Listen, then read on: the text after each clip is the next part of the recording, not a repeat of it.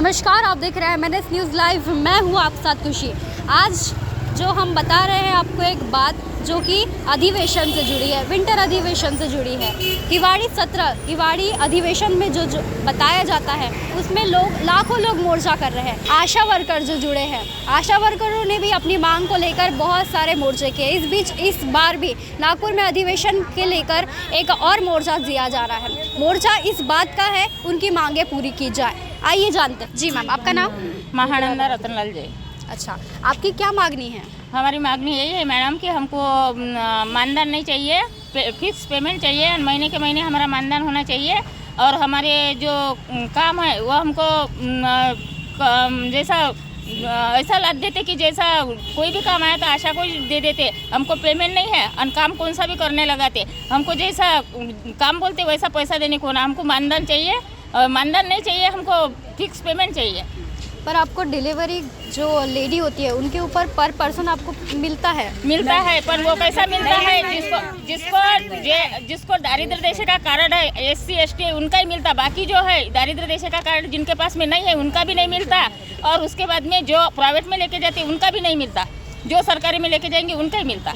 तो आपका ये हिवाड़ी अधिवेशन जो चल रहा है, ये आप अब पूरा लेकर जा रहे हैं मोर्चा। हाँ। तो आपका मोटिव क्या है?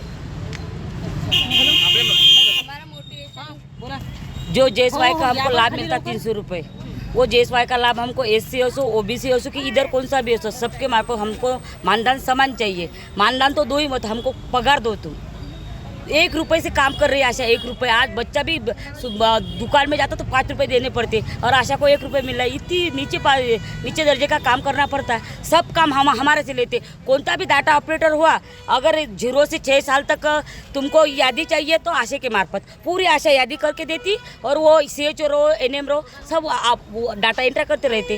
काम करती आशा, हम पगार सब उठा रहे। खाली आशा की मेहनत जा रही, पगार वगार कुछ नहीं मिल रहा है। रात दिन झूठती। एक बार मैं डिलीवरी के साथ गई, 108 गाड़ी में गई और हमारे साथ डिलीवरी की पेशेंट थी। और डिलीवरी का पेशेंट कैसा रहता, 3 महीने तक उसकी तपासनी करनी पड़ती, नोंद करनी पड़ती, फिर उसके साथ जाना पड़ता 90 महीने में। तो हमारे साथ TB का पेशेंट था और TB का पेशेंट ऐसा रहता कि एक बार उसने थूका तो 7 दिन उसका जंतु नहीं मरता। उसके साथ हमको बेटा मैंने 108 पे कॉल की, 103 पे कॉल किया और उसकी कंप्लेंट की कि हमको ऐसा क्यों दे रहे। आशा को कितना रहता कि तुम उसकी तपासनी करो, उनकी नोंद करो, 5 तपासना करो, फिर उनको लेके लेडी हार्डिंग में चले जाओ, जिला स्त्री रुग्णालय में। वहाँ पे जाने के बाद अगर वो TB के पास बैठेंगी उसको भी मतलब वो TB हो जाएंगी और उसके होने वाले बच्चों को, आशा को भी साथ में 2 आए उस भी क्या काम की बात है। फिर ऐसे आशा के साथ नाइंसाफी हो रही है।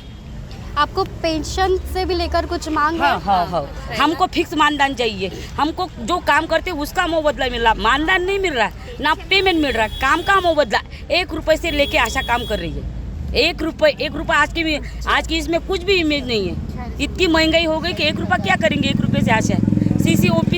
CCOP बेचती तो 1 रुपया मिलता आशा को और अभी वो पैड हमको दिया, कुछ भी काम की नहीं। हमको मोल लेने पड़ते और हमको म्हणजे जो गांव वाले लोग हैं हम फुकट मांगते। हम बेच के म्हणजे उनसे मोल लेते और फुकट कैसे बेचेंगे। उससे भी वो जो किशोरी वही की लड़कियां है उनका कहना है कि तुमको फुकट मिल रहे, हमको मानधन देना पड़ता। पूछ लो सब आशा से, आपल्याला भेटतात का नाही, बरं विकत घ्यायला लागतात का नाही।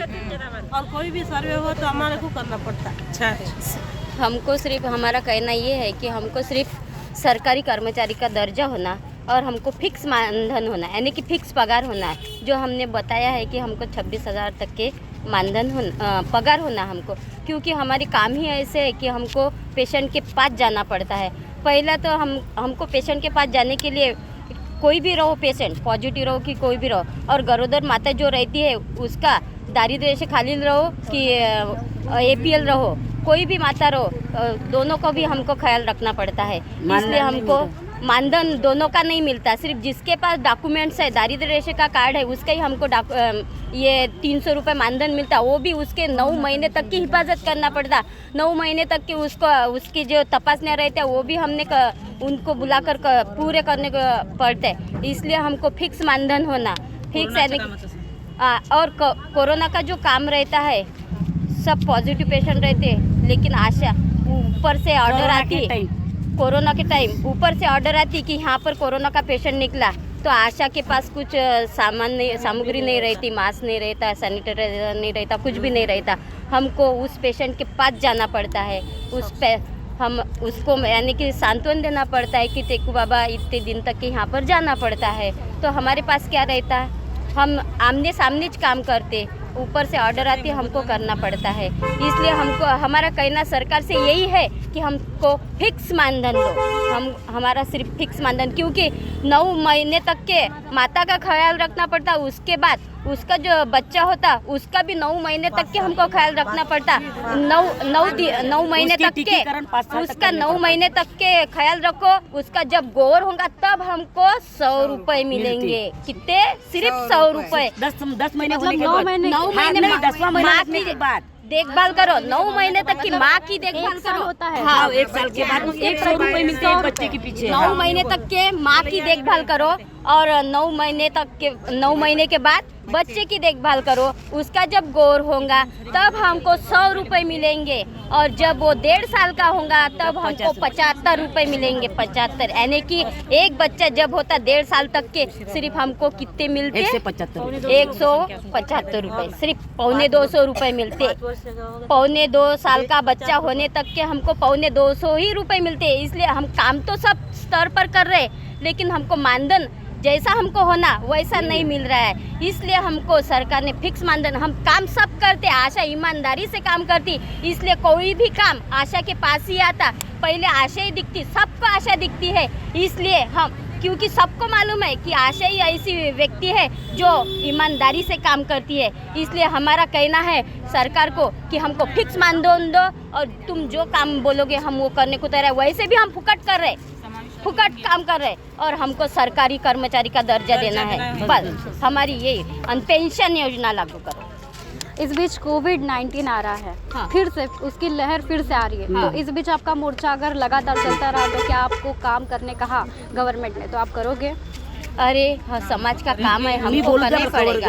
हाँ? कोरोनाच्या विचार मी बोलतो ना आमच्या हम- मैं क्या बोल रही थी, जब कोरोना का वक्त था हमारे गांव में, जब कोरोना रहता था हाई रिक्स लो रिक्स हमको निकालने पड़ते थे।